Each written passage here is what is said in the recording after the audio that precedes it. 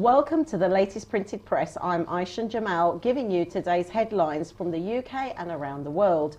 Our first headline is about Jeremy Corbyn, as he has pledged to increase public sector pay by 5% if Labour wins the election. The party's radical manifesto, launched in Birmingham today, says all public sector workers would get a pay rise of 5%, an average of £1,600 from April 2020. After 2020, Labour promised to deliver a year-on-year above-inflation pay rise to reward and retain the people who do so much for us all. Our second headline is about Prince Andrew, as he could be handed a summons to face Epstein questions following the widely criticised TV interview over his relationship with convicted sex offender Jeffrey Epstein. A lawyer representing some of Jeffrey's alleged victims raises the possibility of questioning the royal under oath.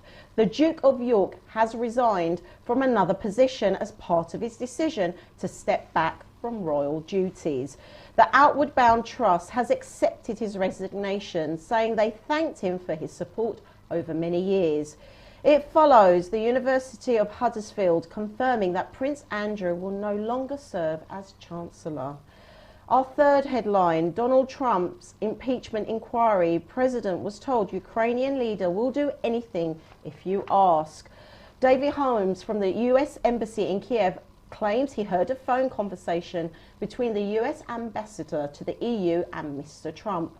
President Trump was told by one of his ambassadors that the Ukrainian leader would do anything you ask him to do. His impeachment inquiry has heard.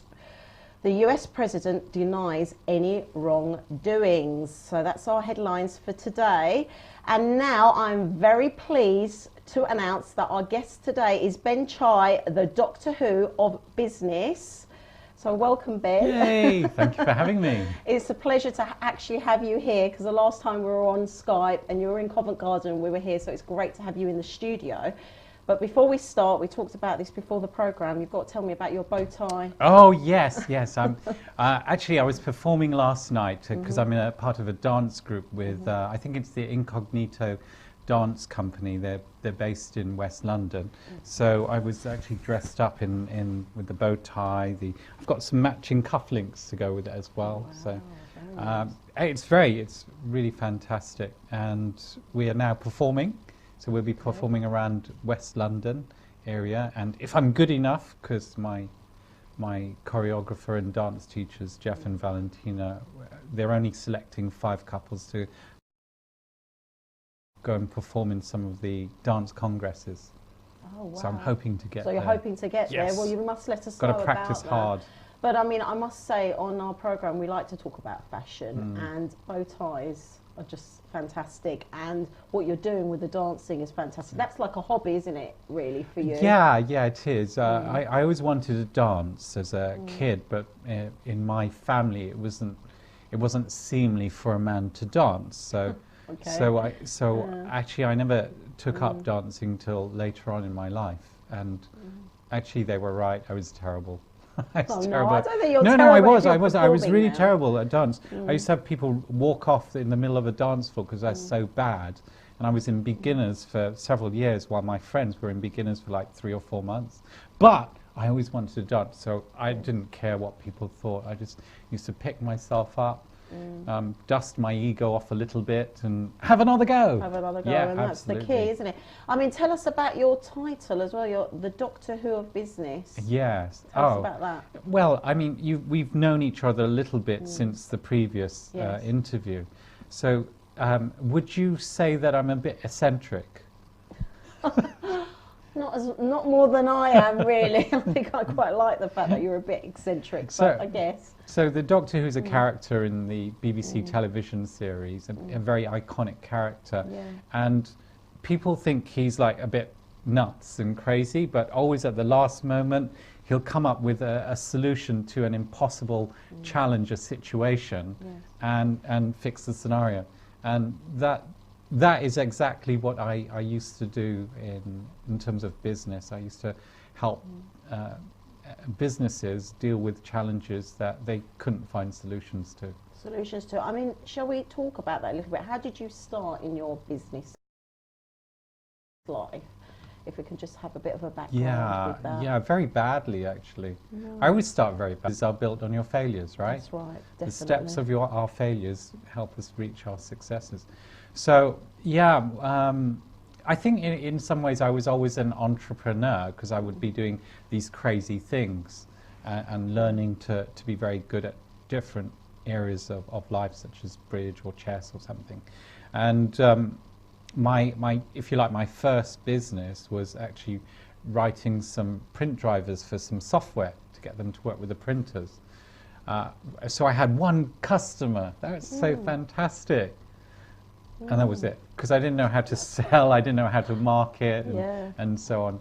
So I made some money, but I didn't know how to grow the business. And that's where I started, and then, so over time, I acquired skills like, okay, how to sell, how to market, how to brand, and it took a little journey before I got to where I am. Yes. I think what really pushed me into building my own businesses was I was working for Kodak at the time, and I was a senior executive, and I would have actually quite happily worked in the corporate world. I don't have a problem with jobs. But my director changed to this guy who was totally insane. Honestly, he wanted to become CEO at the expense of the other directors. So he wanted me to do these kind of skullduggery things, and I thought, oh, I'm not doing that. And so he had to find a way for me to leave. So we came to an agreement, and gave me a lot of money to leave. And so I took on a paper round, and I just started just walking around thinking, oh, I wonder what I should do next. And that's what propelled me into the whole business world and creating businesses. But by then I'd already learnt sales skills. I'd already got a diploma in marketing, and I'd got a few other skills that I never had prior to starting in business. So really, I mean, from a negative situation, it turns very positive, really. But the advice, I mean, our title for tonight is how you can achieve the finances that you're after. What are the steps? Yes. If we now talk about that in a little bit more detail, what would you say to our audience about that? About making the money. Yeah, about making the money. It's not about the money. Oh, we've got in the back there. Can we see Ben Troy with a heap of money? I love that image. It's great. Yeah. Oh, what would you? The £50 or Yeah. No, it's your picture amongst it. I mean, well, I mean, at the end of the day, it's not easy, is it? I mean, it all sounds great. Oh, actually, it is. Here's the point. Right, okay, tell us. So then, I used to, you know, I Mm. was one of these rags to riches kind of guy. I used to sleep on a floor with 6 or 8 other people, and I didn't have anything. I was having porridge for lunch and cornflakes for dinner. And so I needed to get out of the rubbish that I was in, and I just started learning tons of stuff. But I won't bore you with the 10 years that got me to where I am. So if you're after a certain amount of finance, maybe it's 25 grand a year, or 10, or 30, or 100, or a million, or 10 million. The strategy is very similar. So first of all, you have to know what you want. Yes. Yeah, you have to know the finance. Now, so I've got people who come and tell me, oh, I want to be a millionaire, and my first question to them is why. And if they can't answer that question, I can't help them. So you always have to know why you want that money. It might simply because you want to be rich.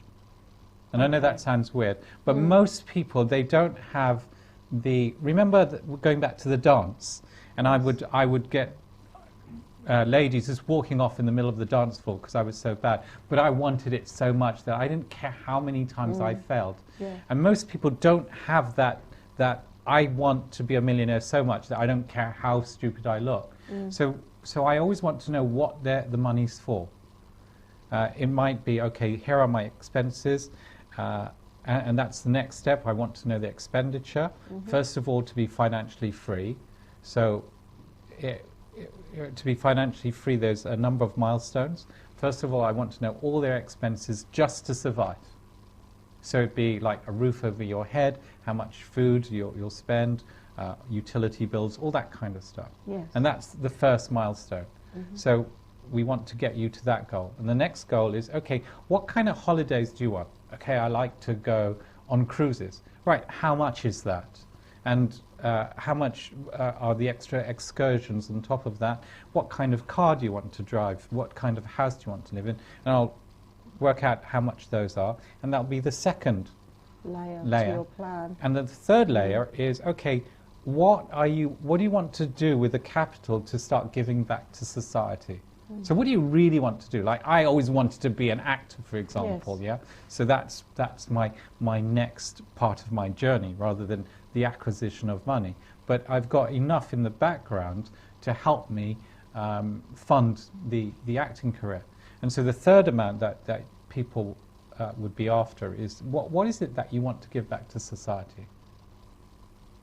Now, once I've got those three financial components, I can break it down. So just to make it very simple for myself, just say you wanted 1.2 million and you say, okay, Ben, I want 1.2 million in the next year. So we'll say, okay, let's have a look at that. 1.2 million is roughly, I hate doing maths in my head in a live interview. Live interview. Yeah, so that's roughly, divide by 12, that's about 100,000 a month. So per week, that's actually 25,000 a week. And then I'll ask you, how many hours are you willing to put into it? So just say they say 5 days. So that's 5 days, 25,000 a week is actually 5,000 a day. Right. Right, so say they want, say I'll do 10 hours. So 5,000 a day is really £500 an hour. Right, so now I know, so now I know Yes. how much they will have to make per hour. I'll then have a look at their skill sets. Okay, what can you do to make this money? Yes. And they will say, okay, I can do this and this and this. And then I can say, well, actually, that's impossible. You're not going to make 1.2 million in a year. But you can do it in 5 years based on the feedback of your skills, because then I'll price it up. And then I'll break it down and I'll say, okay, you can have your job and you'll get 15, 20,000 a year. Yeah. Right. With the skill sets, you can also set up a side hustle and you can start selling XYZ online. I like that term, side hustle. Yeah, That side sounds- hustle, it's a Yeah, dance. it sounds Hustle. quite like, you're hustling, Yeah. you're actively. Yeah. And I also like the fact that when you break it down, you make it clear to somebody, this is real, this is a real ambition, or it's not a real ambition, Yeah. because we were talking about this today. Some people can be overly positive and say, yeah, I can make a I think they're million a year." deluded. It's delusional, Yeah. isn't it? And you're actually saying Yeah. but then you don't want to go to the negative and say, you'll never make that money. Sure. What you're saying is, it's not going to take a year, it's Yeah. going to take 5 years. So Yeah. I actually like that you're finding a balance there. So you're giving them a bit of a reality check, but Yeah. you're also saying to them, Yeah. you can aspire to this, you can have this dream, and this is how you can achieve it, which is great, really. But you need a plan, is You what need you're a plan, saying. and that's what I actually help people Yeah. with there, is these days the plan. Now, it goes a bit deeper than that, because not only have I broken it down, but I've actually had a look at all their skill sets. Now, have a look at their skill sets, I'm really drawing what we call a spider diagram. So if I was doing it for you, I'd put Aysen in the middle, and I'd say, tell me all your achievements in your life. So you'd say, oh, Ben, I don't really have any achievements. I said, have you traveled? You'd say, yes, okay. So I'll put on travel, and I say, which countries have you traveled to? Yes. Because that's an achievement, to go and live and communicate in other countries. Because you speak several languages.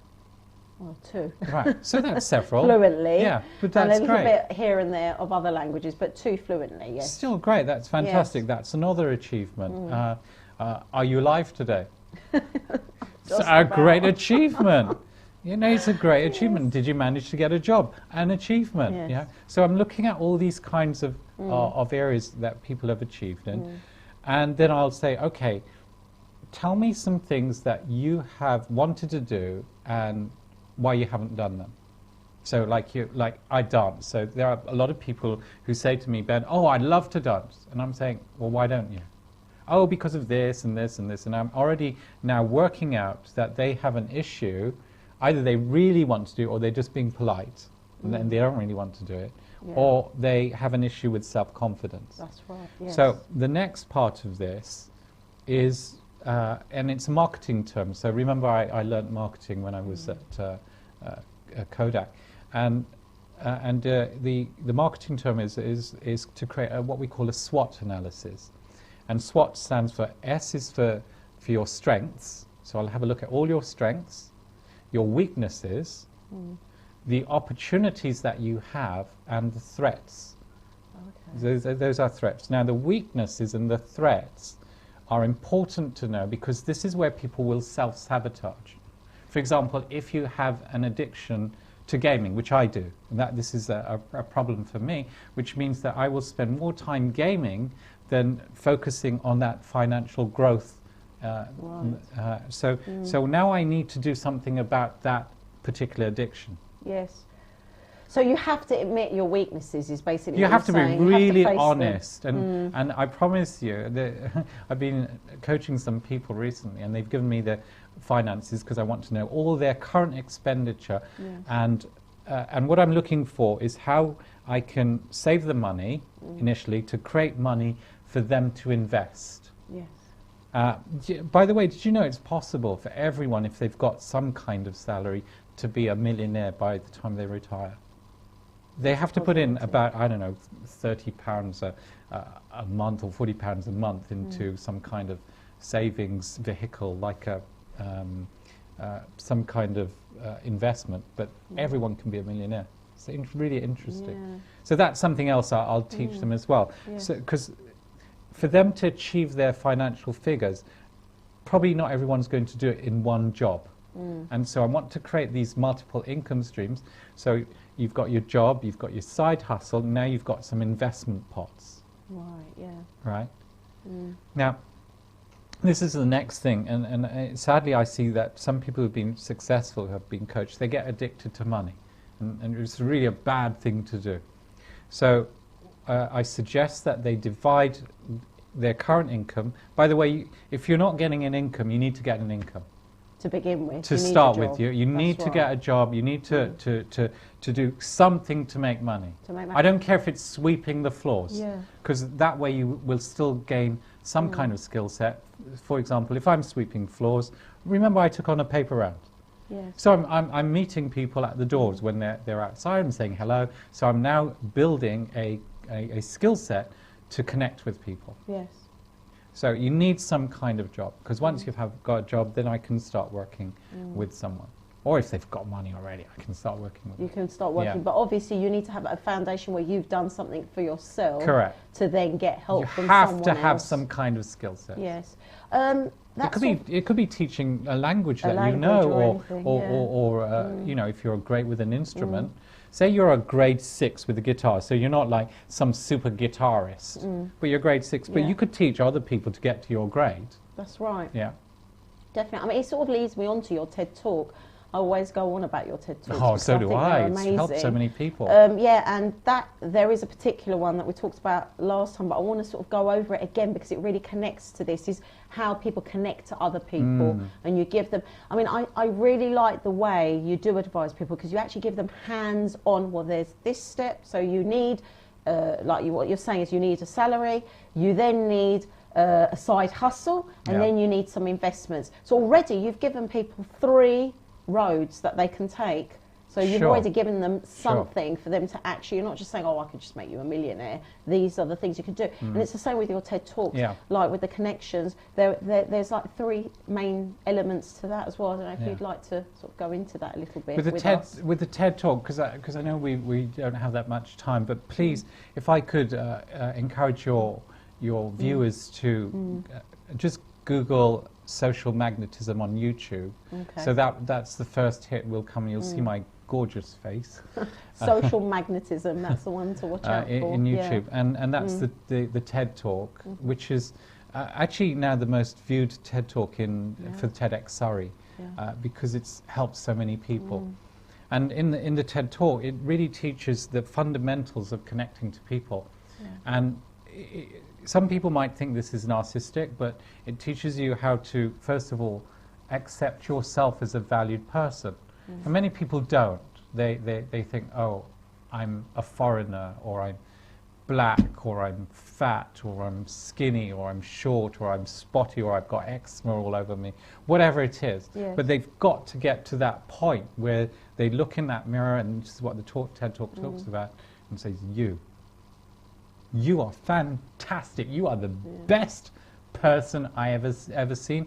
And every time I wake up in the morning, I'm going to get up out of bed and I'm going to support you.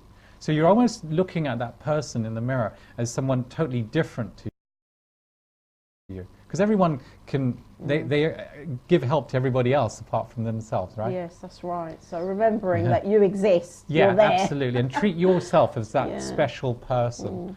And this is very important for the accumulation of finance as well. Because if you're constantly giving to other people, you never actually have any money to invest and grow yourself.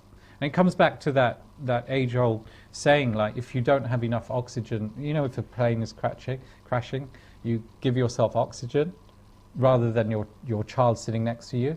Because if you're dead, then they can't get the help that they need as well. So same you with need to finance. prioritise yourself You need first. to build that finance. For yourself first. Yeah, and the second part of the TED Talk talks about giving value to the others.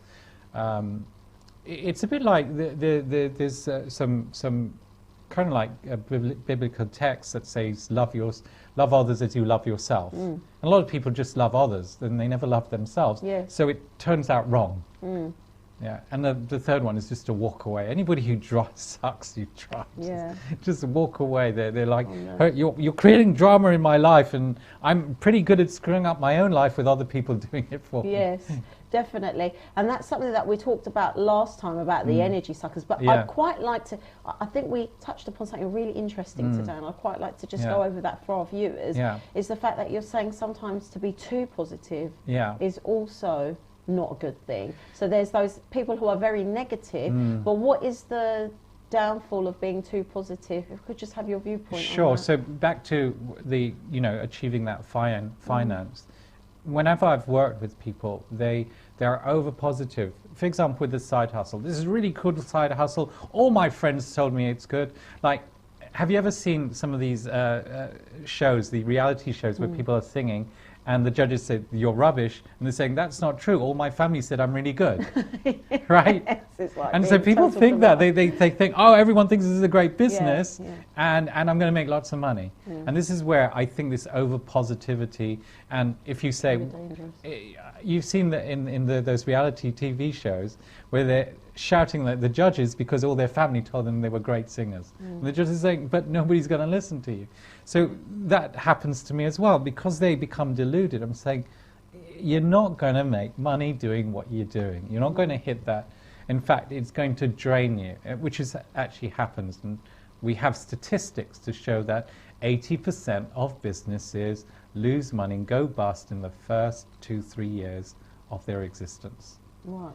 So it's really, really important that you develop those skill sets with your side hustle. I developed it by staying in a job. So I learned sales, I learned marketing, I learned admin. Admin is so important. Yeah. And doing that research to get finance for your business. Yeah. So are you saying then that people shouldn't just solely rely on their business to begin with? They should actually have some sort of job first, then set up their business, so that if it does fail, absolutely, then yeah, I'm a great fan of that. Now, some people would just go and jump in it, but I've noticed that those ones that have just jumped in and been successful, they've always had side jobs. So there's a guy who, I do a lot of work with in the property world. He's worth probably in excess of 50 million. But everyone looks at him and says, oh, it's easy for you. They don't realize when he started, he actually went and started doing delivery for Chinese takeaways. Okay. Right? He's a Welsh rugby guy, right? Doing Chinese delivery. Okay. So he always had some kind of income while he was developing his side hustle. If we look at Richard Branson or Bill Gates or Steve Jobs, all these iconic people, they either had the family supporting them while in the background, or they were somehow living somewhere which somebody else was supporting them in. so you that they need a could bit of focus on backup. building their Yeah. businesses. Okay, we're actually in our last 5 minutes, but there was one other thing. Oh my that goodness, I know there's so we've much I want to already say. So much. Yeah, I think I we want to need say, we need to do this on a regular Yeah. basis, I think, where you come at least once a month and give us tips about business in either property or what Yeah. have you, the latest But just trends. showing people how to get their finances to the way they want. So Yeah. there are online personality tests that will help you develop what your strengths and weaknesses. Probably everyone knows the Myers-Briggs test, but there's Oh, yes, also the Enneagram test, which tells you the best version of you. And then it also shows you the absolute worst version of you, which is fantastic. And there's the what we call the Big Five, or I think Big Five test. But again, just and what I like people to do is to correlate all the results from those different tests, because we are only who we are today, but we could be something different on another day if we on learn another day. from our mistakes. The other last thing I wanted to very quickly touch upon is students. What financial advice would you quickly give them? Students, Yes. start now. My daughter, when she went to university, she started building businesses then. While you're a student, you've got loads of time. Yeah. And you've got, and I tell you what, because you're supported, you're living at home, or you've That's got a right. grant, you can start now. So I used to go to my daughter to take her out for dinner, and she says, "No, Dad, I've got this." Good. I used to say, Independent girl. "Can you just let me be your dad just for a Yeah, little bit? just I for just a want to little buy bit." you dinner." So, Yeah, that's so fantastic. she started building businesses and looking at investment. In fact, you know, she with her grant that she got, she invested that in her business. So yeah, why rather not? If than you have a loan, rather than invest some of spending it. it on drinks and That's stuff like right. that. Yeah, And think she about started that a bit. building you know, a small business there. Yes. So and that later on helped her to not only graduate in that field of business, but it's helped her learn a lot of lessons, so that when she's now working today, that she doesn't make those same mistakes. Yes. So start early, really, is your Start really message. early, and if you want to, you don't have to be in business. You might want to be employed, because I don't think everyone can run a business. But if you might want to be employed, but again, start now. Start developing the relationships with potential employers. So if you want to be in the health industry, start connecting with doctors and nurses and the NHS in this country and other health companies, some of the pharmaceuticals, right now, and start doing research, internships, writing blogs, I would say. Yeah. Really, really helpful. So people, when they do their due diligence on you, they will see, actually, like if you do due diligence on me, you'll see that Google is just full of stuff about me. Yes, because and they I do check created that in the employers. past. Yeah, and you can control what's on the internet about you. Yeah, just It don't doesn't have post to be. pictures of you Yeah. being drunk and. Well, this is it. You need to be careful about that because employers do Yeah. check things They like do. that They now. check your Facebook So they and check your all Instagram. of your social media. They So do, as they well really as do. having a good time, Yeah. think about that for your Yeah. future and what image you want to present to your employers. So I think that's a really good message. Anyway, it's been a pleasure having you, Ben, here with us. Hopefully, if you accept, you will come and speak to us on a regular basis, on a monthly basis, I think, to give us business financial advice. But for today, it's been an absolute pleasure. Thank you. Thank you. Thank you for having me. It's been great. And that's it from us. Have a very good evening from Eurogench TV.